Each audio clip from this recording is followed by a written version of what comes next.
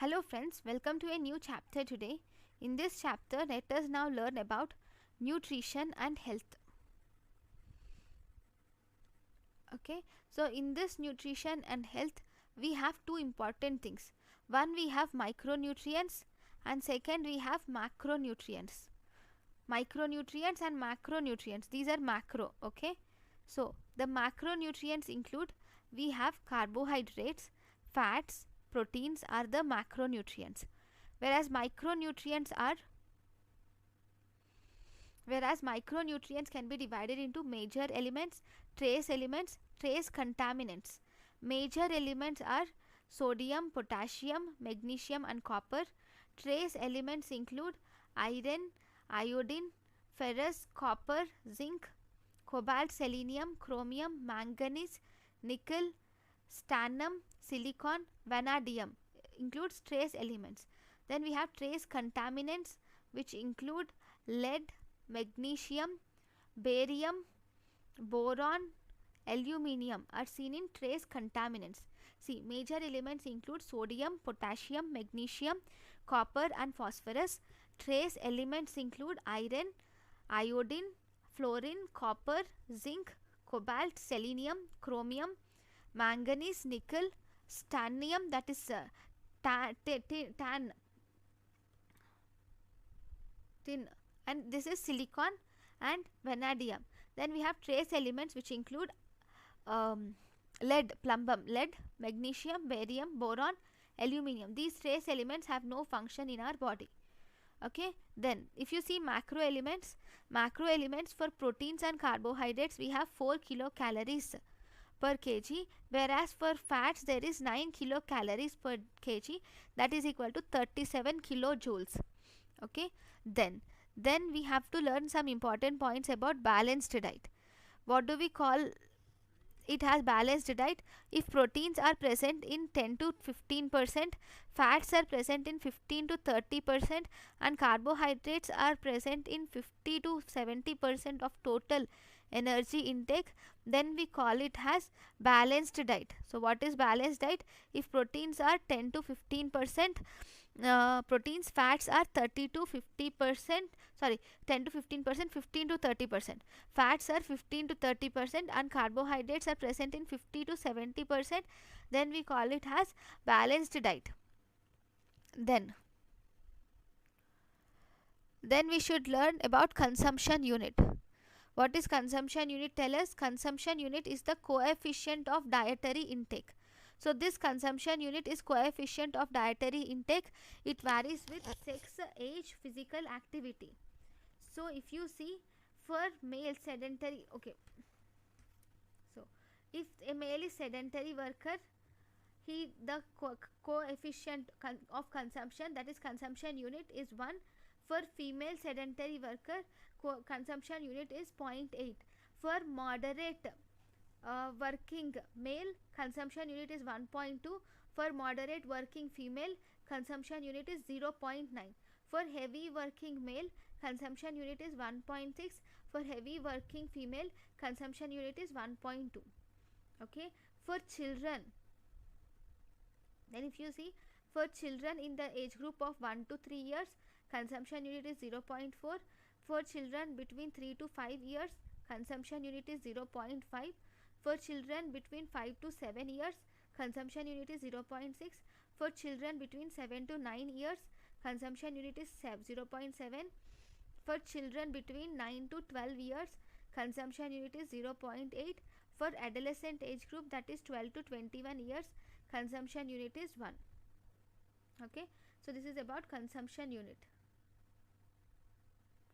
Next, we have to learn some important points about recommended dietary allowance. This is equal to mean plus or minus standard intake. So in recommended dietary allowance, this mean plus or minus 2 standard deviation of intake will cover almost 97% of requirement of a population. So this recommended dietary allowance is the safe level of intake which is decided by a panel of experts and is based on scientific research. So this RDA will be higher than minimum requirement. It is actually an estimation of average requirement. So if you see daily requirement, that is minimum, plus additional requirement for periods of growth and illness is called as recommended dietary allowance. So recommended dietary allowance includes two things: one, daily requirement plus minimum additional requirement for periods of growth and illness. So recommended dietary allowance safe level approach is not used because excess intake is not desirable. Next one thing which you have to learn is about the reference Indian male and reference Indian woman. So reference Indian male, if you see, age group of recurrent Indian male is a male or female for both age group is 18 to 29 years, and the weight of reference Indian man is 60 kgs, whereas the weight of reference Indian woman is 55 kgs. Height of reference Indian man is taken to be 1.73 meters. Height of reference Indian woman is taken to be 1.61 meters. BMI of reference Indian man is taken as 20.3. BMI of reference Indian woman is taken as 21.2. So along with these, all the reference Indian men or women should be free of disease, should have the following things: he or she should be free from disease, fit for active work. Okay, he should be engaged in 8 hours of occupation, or engaged in 8 hours in bed.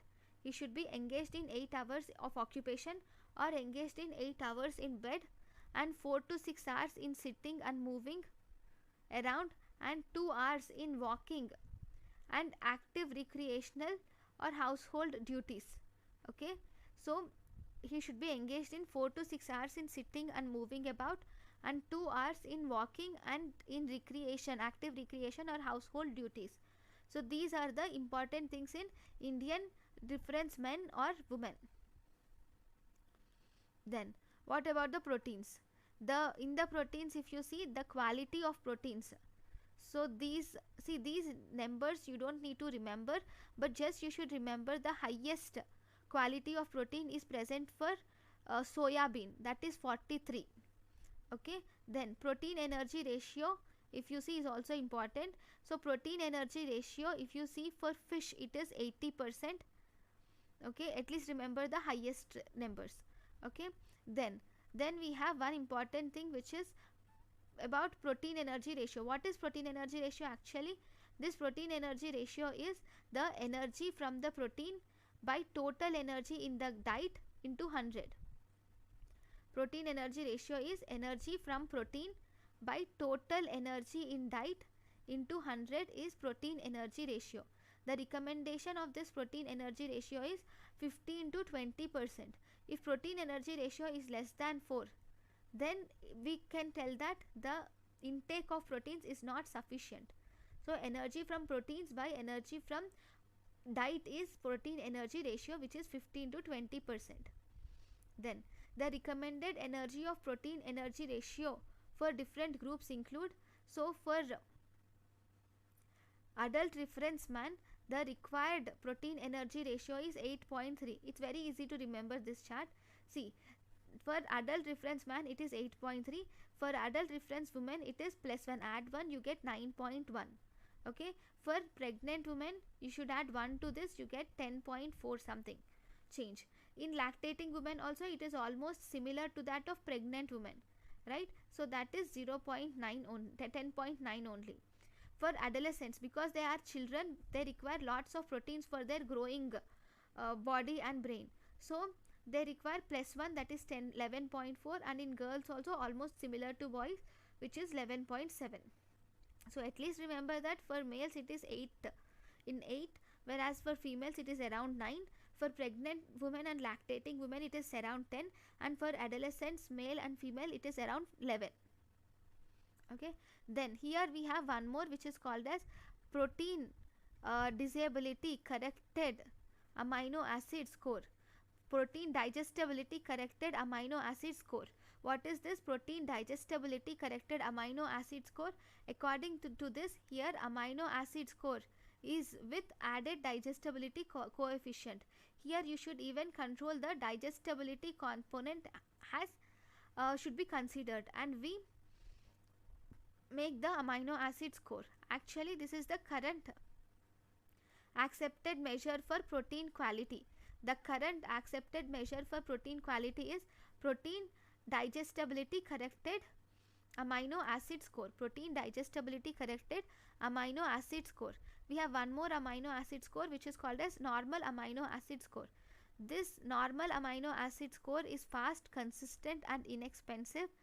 Here we measure the indispensable amino acid in a protein and compare it with a reference protein.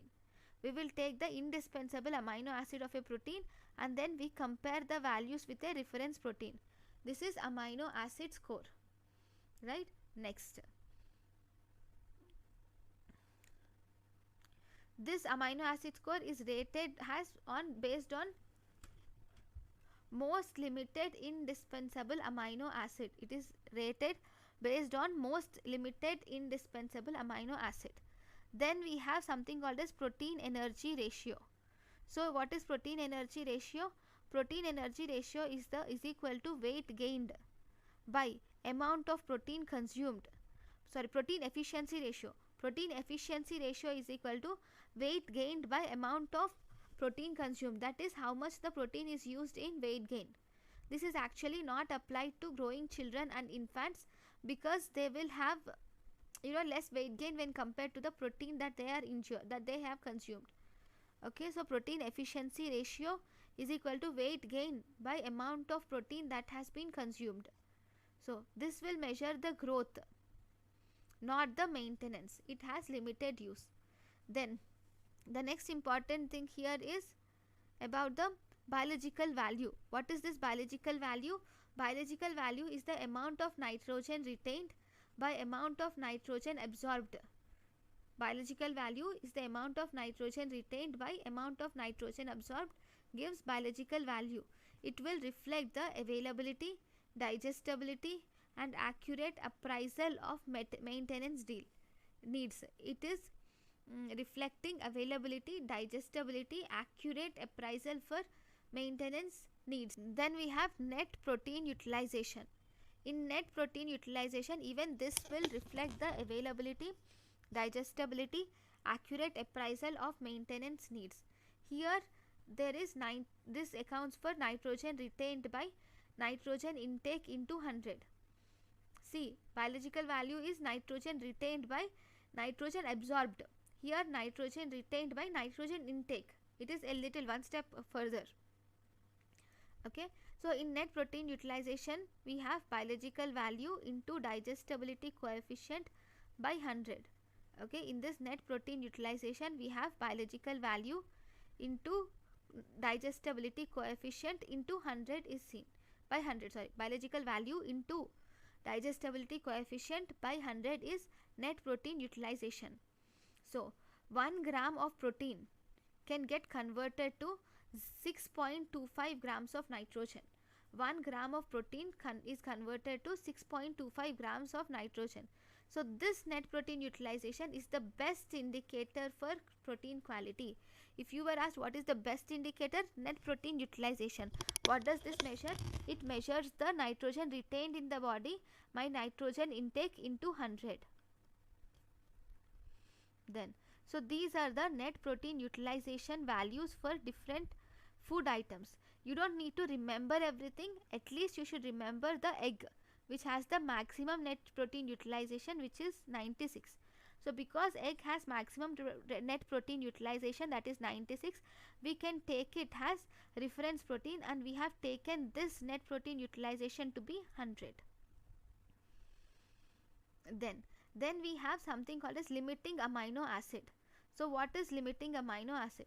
Limiting amino acid are some of the foods which we take are deficient in certain amino acid, which are called as limiting amino acid.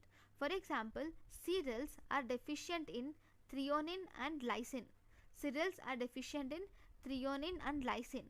Pulses are deficient in methionine and cysteine. Pulses are deficient in methionine and cysteine, whereas maize is deficient in tryptophan and lysine. Maize is deficient in tryptophan and lysine. So because there is deficiency of one or more amino acid in the major constituents of food constitution that we take, we have some supplementary action of proteins. So what is supplementary action of proteins? In order to prevent these deficiencies, we will have to eat 2 or more food products together. So if you eat 2 or more food products together, so these food products will supplement each other. So for example, cereals and pulses, if you take cereals and pulses together, so the deficiency of threonine and lysine in cereals is obtained from pulses, whereas deficiency of methionine and cysteine due to pulses is obtained from cereals. So this is supplementary action of proteins. That is about proteins. So thank you guys for watching my lecture. In the next class we will learn about fats. Thank you.